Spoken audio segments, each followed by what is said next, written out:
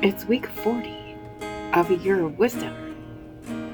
Let's get to reading.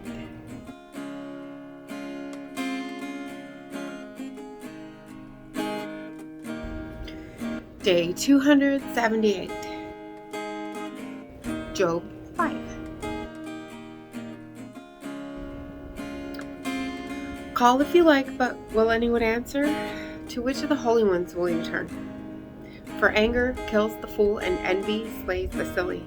I watch as a fool establishes roots, but I curse his home with sudden destruction. His children are far from help, publicly humiliated, with no one to rescue. The hungry eat up his harvest, taking it even from among the thorns, while the thirsty are panting, eager to swallow his wealth. For misery does not come from the dust, or trouble spring from the ground. No, people are born for trouble as surely as sparks fly upward. If I were you, I would seek God. I would make my plea to him. For God does great deeds beyond investigation, wonders beyond all reckoning. He gives rain to the earth, pours water down on the fields. He raises the lowly on high and lifts mourners to safety. He frustrates the schemes of the cunning so that they achieve no success, trapping the crafty in their own tricks and foiling quickly the plans of the false. They meet with darkness during the day, groping at noon like at night. But he saves the poor from the sword, their mouth, and from the clutches of the strong. So the poor can hope again, and injustice shuts its mouth. How happy the person whom God corrects. So don't despise Shaddai's discipline, for he wounds, but he bandages the sore. His hands may strike, but they also heal. He will rescue you from 6 disasters, yes. In 7, no harm will touch you. In famine, he will save you from death, and in war, from the power of the sword. You will be shielded from the lash of the tongue, and you won't have to fear destruction when it comes. You'll be able to laugh at destruction and famine. Also, you won't have to fear wild animals, for you will be in league with the stones in the field, and the wild animals will be at peace with you. You will know that your tent is safe. You will look around your home and miss nothing. You will know that your descendants are many, your offspring like grass growing thick in the fields. You will come to your grave at a ripe old age, like a pile of grain that arrives in season. We've looked into this, and that's how it is. Listen and know that it's for your own good. Proverbs or Mishlei 5. My son, pay attention to my wisdom. Incline your ear to my understanding, so that you will preserve discretion and your lips keep watch over knowledge. For the lips of a woman who is a stranger drop honey. Her mouth is smoother than oil, but in the end she's as bitter as wormwood, sharp as a double-edged sword. Her feet go down to death, her steps lead straight to Sheol. She doesn't walk the level path of life. Her course wanders all over, but she doesn't know it. So now, children, listen to me. Don't turn away from what I'm saying. Distance your way from her. Stay far from the door of her house, so that you won't give your vigor to others and your years to someone who's cruel. So strangers won't be filled with your strength. What you've worked for, go to a foreign house. Then when your flesh and bones have shrunk, at the end of your life you will moan, how I hated discipline. My whole being despised reproof. I ignored what my teacher said. I didn't listen to my instructors. I took part in almost every kind of evil, and the whole community knew it. Drink the water from your own cistern, fresh water from your own well. Let what your springs produce be dispersed outside, streams of water flowing in the streets.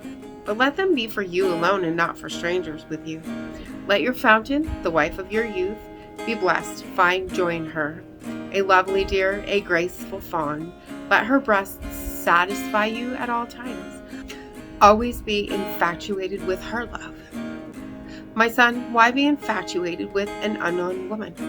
Why embrace the body of a loose woman? For Adonai is watching a man's ways. He surveys all his paths. A wicked person's own crimes will trap him. He will be held fast by the ropes of his sin. He will die from lack of discipline. The magnitude of his folly will make him totter and fall. Ecclesiastes or Kohelet 5. Don't speak impulsively. Don't be in a hurry to give voice to your words before God. For God is in heaven and you are on earth, so let your words be few. For nightmares come from worrying too much, and a fool, when he speaks, chatters too much. If you make a vow to God, don't delay in discharging it. For God takes no pleasure in fools, so discharge your vow. Better not to make a vow than to make a vow and not discharge it. Don't let your words make you guilty, and don't tell the temple official that you made the vow by mistake.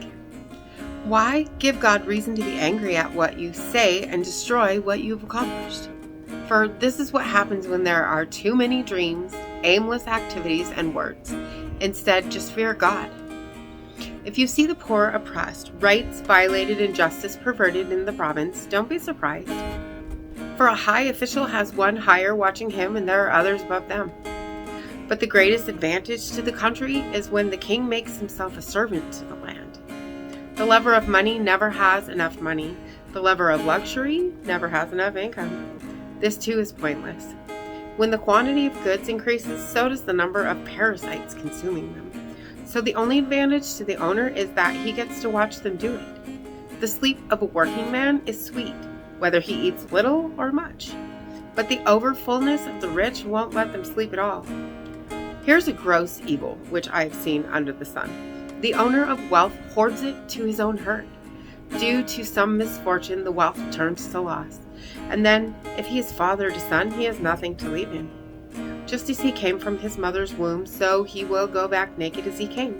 And for his efforts, he will take nothing that he can carry away in his hand. This too is a gross evil, that in every respect as he came, so will he go. Thus, what profit does he have after toiling to earn the wind? All his life he eats in darkness, in frustration, in sickness, and in anger. This is what I've seen to be good, that it is appropriate for a person to eat, drink, and enjoy the good that results from all his work that he engages in under the sun for all the days of his life that God has given him. For this is his allotted portion. Also, everyone to whom God has given riches and wealth, along with the power to enjoy it, so that he takes his allotted portion and finds pleasure in his work, this is a gift from God. For he will not brood over the fact that his life is short, since God keeps him occupied with what will bring him joy. And, as always, thank you so much for being here today. If you haven't already, hit that subscribe button right there, and click the bell if you want to get notifications, and make sure to hit that like button for me too. And I will see you tomorrow. Maranatha. Carry me out of the storm. I'm standing at the crossroads. I'm lost without a clue. I need a big pink neon sign to show me what to do. I thank you, Lord. It glorifies you when you're the only answer. I praise you, Lord, for holding what's too much for me.